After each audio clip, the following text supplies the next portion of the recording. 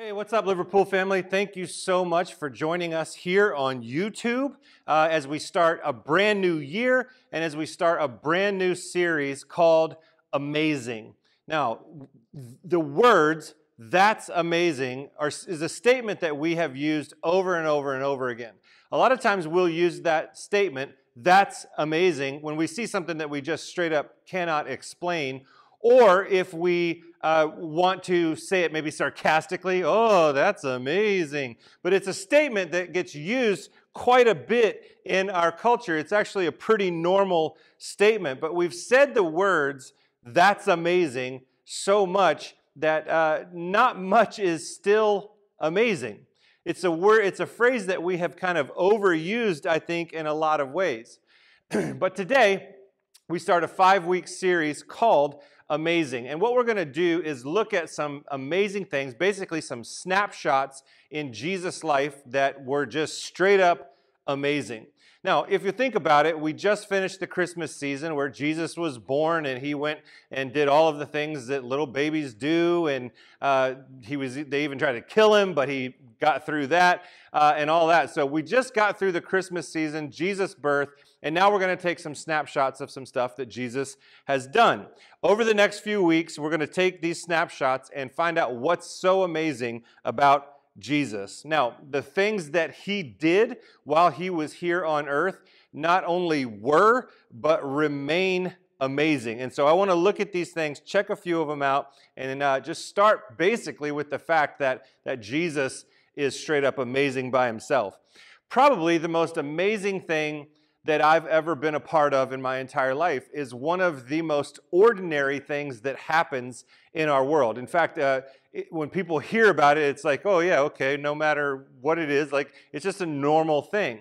But for me, the 3 times that I've witnessed it, it was the most amazing thing that I'd ever been a part of. But it's normal. In fact, it's so normal that it happens 385,000 times a day, and it happens about 140 million times per year. Each time I saw this event, I was amazed. Now, they were all amazing in their own way. They all had their own little differences, but I was just straight up amazed every time that I participated in one of these events. Can you guess what I'm talking about? If you can, maybe you're not, I don't know what you're doing right now, but I'm thinking specifically about the birth of my children. Every time one of them was born, it was amazing. And in the first one to the third one, it didn't get any less amazing for me. I'm still amazed also by common occurrences. Another thing that really amazes me is like if you have your phone and you open up this little black rectangle and you touch the screen on this little black rectangle and then you hold it here and then somebody over there answers it and then you talk to somebody over there. Like to me, that is still something that is amazing. I'm still amazed by the technology that I can pick up a black piece of glass and plastic that costs way too much and I can call you on your black like piece of plastic and glass, and we can have a conversation. I'm still amazed by that sort of thing. We've all done amazing things in our life. Sometimes we don't give it the credit that it deserves, but we've all done some pretty amazing things in our life. Some of you have saved your marriage. Like I would call that amazing. Some of you have overcome addiction. I would call that amazing. Others have climbed themselves out of debt. I would also call that amazing. Some of you, amazingly enough, you came to church, like for the first time in your life. You came to church, you heard about Jesus, you gave your life to him, and now, amazingly, you are changing the trajectory of your family name for generation after generation after generation. I don't know about you, but to me, that stuff still amazes me. It still amazes me when God works in people's life like that. I believe that we have the ability to see amazing things and do amazing things because we serve an amazing creator who does awesome stuff all the time. So let's get into it. Last week we talked about we were into the Christmas thing, and we talked about the birth of Jesus. And we're going to pick up the story about 10 years later when Jesus is 12 years old. Now, there is about a 10-year gap of information in the Bible when it comes to Jesus. So we don't know much about what happened with him and his life between age 2 and when we pick up our story today when he's 12 years old. Then there's another gap until Jesus is about 30. So we don't have a lot of stories. So the ones that we do have are particularly important. This is what we do know. After Jesus was born, about 2 years passed, and it says in Luke chapter 2, verse 40, that Joseph and Mary returned home and that the child grew and became strong. He was filled with wisdom, and the grace of God was on him. We're going to pick up that story 10 years later in Luke chapter 2, starting in verse 41. Let's check it out and see what it says. Every year, Jesus' parents went to Jerusalem for the festival of Passover. When he was 12 years old, they went up to the festival according to the custom. Now, just a quick explanation about the festival of the Passover. Long ago in the Old Testament, the Israelite people, the Jewish people, were enslaved in Egypt. And so there were 10 plagues that came along. They were praying and praying and praying to get out of that slavery. And God sent all these plagues that came to Egypt because their Pharaoh was very stubborn and cold-hearted and hard-hearted about letting all of his free labor go. Well, the plague of the death of the firstborn was up next in the registry of plagues that were happening. And so the prophet, or Moses, told the Israelite people to paint their door frames with the blood of the lamb, and that if they did that, the angel of death would pass over their home, thus leaving their firstborn safe. That was what the angel of death was coming to do, to take away the firstborn of every living thing. But if the Jewish people painted the blood of a lamb over their door frame, they would be spared. The angel of death would pass over those people. Now, does that sound harsh? Does that sound cruel? Well, if it does, we need to understand that this is not the first thing that God did. He provided plenty of opportunities for the Pharaoh to submit or to succumb to what God was telling him to do. And finally, he's saying, dude, let my people go. In fact, it's going to be real bad for you. Now, another thing that I want to point out from this passage, not only were they going there to celebrate the festival of the Passover,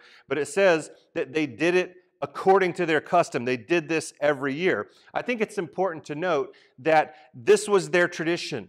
It's what they always did. And I think about family time and stuff like that. And you could finish a sentence. Me and my family, we always blank. We always do whatever this thing is. And so this is what Mary and Joseph always did with Jesus. They went to the festival as was their custom. Joseph and Mary made it a point to consistently practice what they believe. And so for them, honoring God was not optional. It's what they did because it was who they were.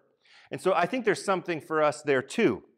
Your kids or your family or your friends, they will notice when you are consistent in your belief. They will also notice when you are inconsistent with your connection to Jesus. And so I think it's vitally important for us to establish these kind of connections and traditions and customs when it comes to living out our faith. He goes on in verse 43, and it says, after the festival was over, while his parents were returning home, the boy Jesus, 12 years old, stayed behind in Jerusalem, but they were unaware of it.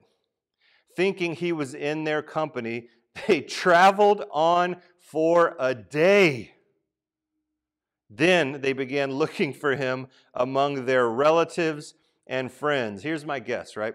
So most likely they struck out early in the morning for their journey home and didn't really pay attention until they stopped to set up camp for that night. Now, I doubt that Joseph and Mary were neglectful parents, so we can immediately cut them some slack.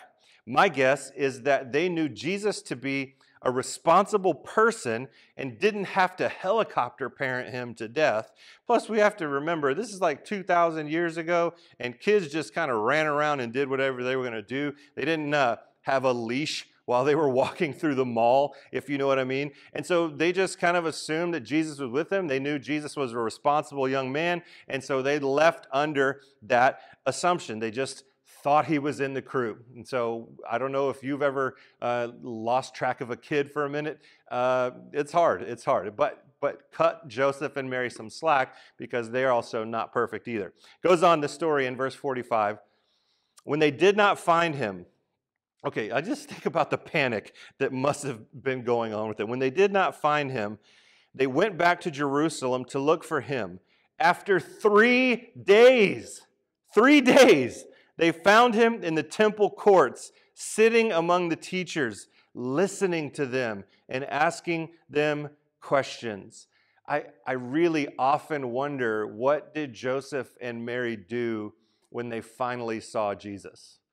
You know, when they walked up to maybe the door of the temple and they looked toward the front and they see him sitting up there, did they yell at him, "Hey, what are you doing? Like, why are you doing this? Like, what's your deal, dude? We just left and you stayed here? What's your problem?" Or did maybe they go and grab Jesus by the ear and, "Come on, little punk, let's get out of here"? Or did they, this is what I like to think they did, all right, maybe they're not as erratic as a parent as I am, but maybe they just kind of took notice, saw that he was okay, like there's nothing, no harm has befallen him, and maybe they took a minute just to like watch him, just to stand there and observe him and see what their son was doing. It just makes me think. I just think about, as a parent, I think about what Joseph and Mary must have been going through in that time, because they haven't seen their son for 4 days, if you're keeping track. And so there's a lot of stress and anxiety that gets going in that. And so I just often wonder, what did they do? Did they just watch him? Did they see him? They were like, "Oh, that's my boy."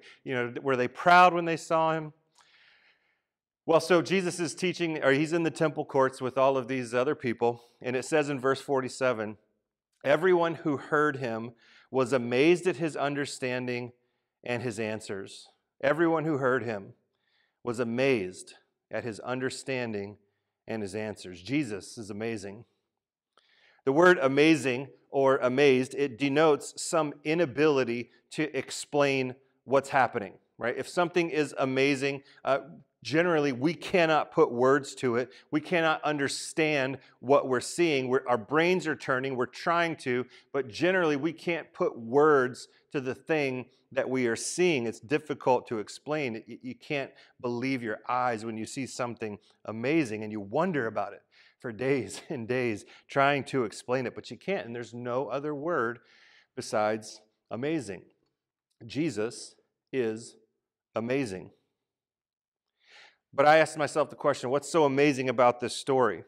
I think it's Jesus, always Jesus. Jesus is sitting there as a 12-year-old boy among educated, like highly educated adults, and he's challenging them with his questions and challenging them with his explanations about the things of God. They were amazed that this young 12-year-old was blowing them out of the water with his thoughts and with his questions.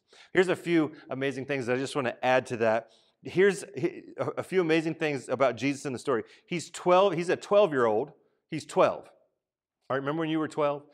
Think back for a minute. Not many of us were great at that time. But Jesus, he's a 12-year-old who is earnestly seeking God. He's a 12-year-old who is seeking out teachers. He's a 12-year-old who is listening intently to something that's going on. He's a 12-year-old asking questions. He's a 12-year-old giving answers. 12-year-olds aren't supposed to do these things. It's not normal for a 12-year-old to do these things. That's why the people who were there thought this was amazing. The people who heard Jesus talk were amazed because first of all, he was 12, and second, they didn't have any idea who he was. They didn't know that he was God incarnate, God in flesh, come to save them from their sins. And so in their ignorance of Jesus, they were amazed at a 12-year-old. They were dumbfounded. They were speechless at the life of a 12-year-old. Verse 48, we get into what Joseph and Mary are thinking. It says, when his parents saw him, they were astonished. I think that's a great way to say that. His mother said to him, "Son, Why have you treated us like this? Your father and I have been anxiously searching for you." "Why were you searching for me?" he asked. "Didn't you know I had to be in my Father's house?" Sometimes I think the question comes up, is Jesus being disrespectful here? I would say the answer is no, emphatically no, because it would have been a sin. It would have been a sin for Jesus to disrespect his parents, and since we know that Jesus never sinned, he is definitely not being disrespectful to his parents. What I believe is happening is that Jesus is taking the opportunity to say, I know God is my Father, and I know what my mission is. I know who I am. I know that God is my Father, and I know that I am here for a mission. And this question that Jesus asked, I just think it's a great question. Why were you searching for me? It's so fun. It's just a funny question and scenario. Well, why were you? I was just right here. Why were you looking for me? But he says, didn't you know that I had to be in my Father's house? Didn't you know that I had to be in my Father's house? That's a great question, and I want you to hold on to that because we're going to come back to that and spend some more time on that in just a minute. Let's finish out the story in verse 50. But they did not understand what he was saying to them. Okay, I get that too. Then he, being Jesus, went down to Nazareth with them and was obedient to them. But his mother treasured all these things in her heart, and Jesus grew in wisdom and stature and in favor with God and man. Now, I want to give you a commercial real quick, just a quick commercial. If you're a parent, raise your hand, and because you're going to buy what I'm selling in this commercial right here. I want to tell you just 4 really quick lessons for parents, all right? 4 super duper quick, and I'm just going to burn through them. You're going to have to rewind it and hear it again later. 4 lessons for parents. First one is this: establish traditions that center on Jesus. Establish traditions that center on Jesus or faith or church or however you want to put that. Because we learned early in the story that every year they went to Jerusalem for the festival of the Passover. This was their tradition. It was established. It was known. And so I want to encourage you parents to establish traditions that center on Jesus and faith. Second, give yourself some grace as a parent. Even Joseph and Mary screwed up. They traveled for a daggone day, not even knowing that their son, the Son of God, who was entrusted into their care, they went for a whole day and didn't even know he wasn't with them. So when I hear that, I say immediately, cut yourself some slack, give yourself some grace. Even Joseph and Mary screwed up. Third lesson for parents is this: reward curiosity. Reward curiosity rather than punish it. Notice they didn't go in there with the whip and start spanking Jesus or anything like that. They asked him some questions, but I don't think they demeaned him at all for his curiosity about God. And so for you, your kids might ask you questions like, where does God come from? By the way, don't come ask me that. I don't have a good answer for it, all right? But your kids might ask you questions you don't know, and I would say instead of trying to shut them down, reward their curiosity, celebrate their curiosity with them, and seek answers out with them. The fourth thing, make memories. I think it's important to note that Mary treasured all these things up in her heart. Even though it was a stressful couple days, Mary treasured all of that stuff up in her heart. I can remember one time, Steve Hazard, one of our elders, I was complaining about the cost of a family vacation, and he told me 3 words that stick with me every time I'm planning some sort of vacation. It was, memories cost money.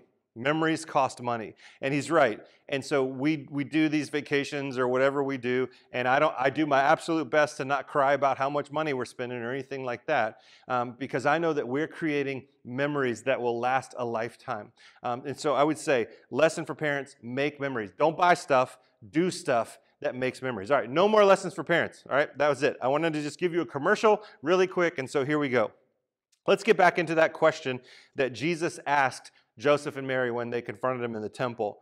Jesus said, didn't you know that I must be in my Father's house? And I think this is an amazing question by Jesus. All right, Joseph and Mary obviously had been teaching Jesus as a young boy the ways of God as he was growing. And so Jesus definitely had an understanding of God. He knew who God was. But this question that Jesus raises to his parents, it has huge implications. Huge implications.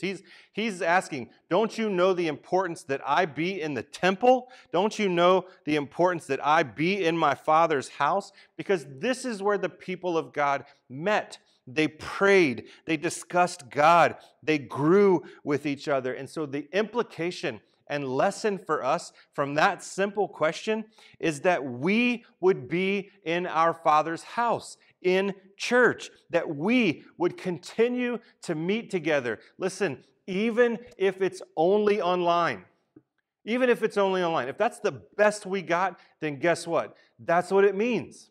That's meeting together. That's comments in the comment section and replies and conversations and phone calls. Didn't you know that I must be in my Father's house? We must continue to be with one another, to learn together, to love together, to seek God together, and to serve one another together. And Jesus, he did not think it was wise to miss opportunities to worship and grow with fellow believers. From time to time, I'll check out different versions of the Bible, and I did that for this message. And there's another version of Jesus' question that goes like this. Check it out. It's really cool. He said in this other version, "Why did you seek me? Did you not know that I must be about my Father's business? Did you not know that I must be about my Father's business?" I really, really like this translation so much better because it's almost as if Jesus is saying, listen, Joseph, Mary, love you.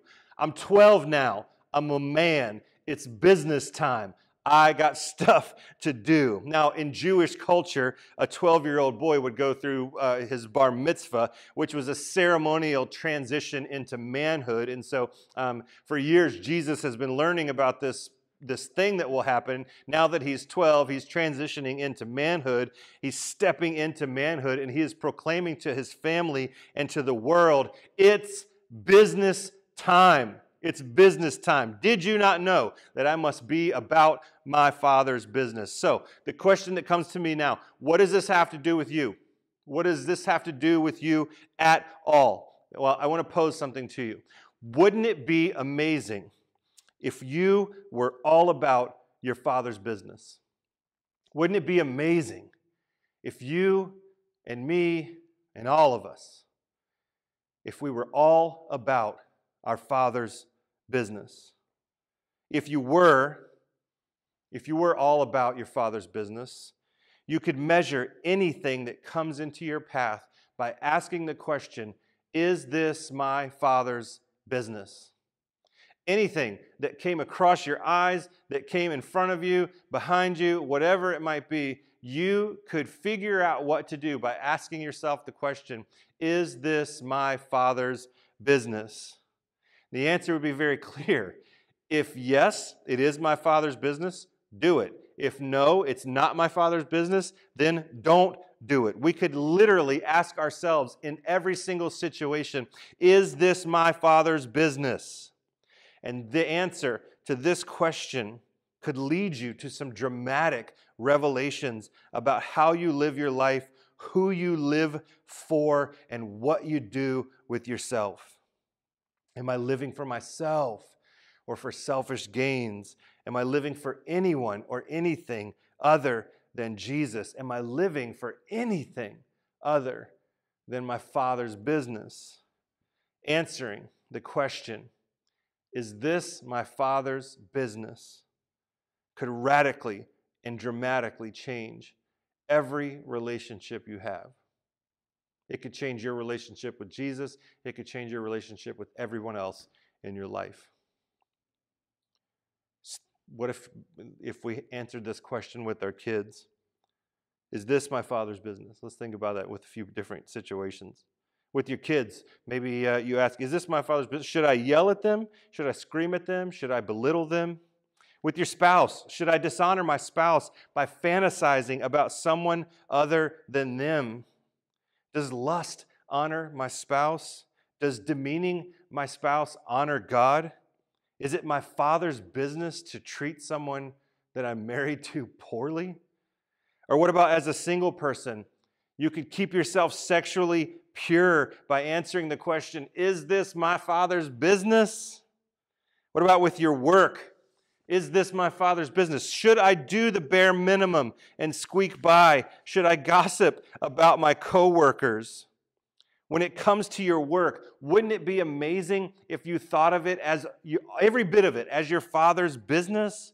What could change at work if you thought of everything you do as your Father's business? If you thought of all of that as a blessing from Jesus that you now get to do because you're all about your Father's business. What about online? Man, we dip our toes into so many things that are not our Father's business, and we go out and about.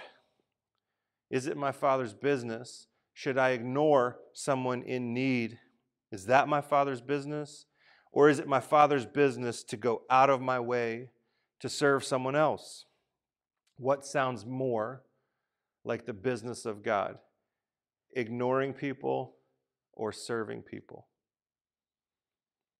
You know, something great about being all about your Father's business is that you don't have to lose the things that make you unique. You get to be who you are while you go about your Father's business. You don't have to change your personality or your likes or your dislikes. You still get to be who you are as you go about your Father's business. You are a unique creation built for doing your Father's business. And I think it's awesome that God doesn't change our likes and dislikes, and we don't like get a reboot of who we are and now we have to stop liking things or start I just think it's amazing that God created us uniquely to do His business however we've been created. I just think that's an awesome thing. And so what if we became a church that was determined against all odds and all coronaviruses to be about our Father's business as a first priority? What if we did that? What if you did that? What if we did that as a church? As our first priority was to be about our Father's business. If we became a church filled with individuals who were about our Father's business in our daily choices and actions, the love of Jesus would spread so fast in our world, because that's our Father's business. And so 2021 is here, right? 2021 is here. And there's not a lot of signs suggesting that it's magically going to be better than 2020. We know this. We know that it's not going to, the calendar's not going to turn, and just one day we're going to wake up and this will all be some memory like we were on that TV show Lost. And so there's a question that I want you to wrestle with for 2021 as we're going into 2021. Here we go. Ready? How can I be about my Father's business as a first priority? How can I be about my Father's business as a first priority? Church, Liverpool, family, and beyond. It's 2021. We need to be about our Father's business. And if I could say one last thing for this message, it's business time. Let's get to work. Let's do what we need to do. Every week we celebrate and remember communion, and so this week would be no different. I want you to go to the kitchen, maybe grab a cracker and some juice, and take some time to remember the sacrifice that Jesus made for us on the cross. Take some time to remember His blood shed so that our sins can be washed away. For this is ultimately our Father's business. Jesus came to this earth to seek and to save the lost, and we're all in that boat. So Jesus came to seek and to save us. And so as we take a cracker and take some juice, let's remember that Jesus handled His business, and let's pray for the courage so that we can handle our Father's business as well. Thank you so much for joining us today. Hope you have a great week.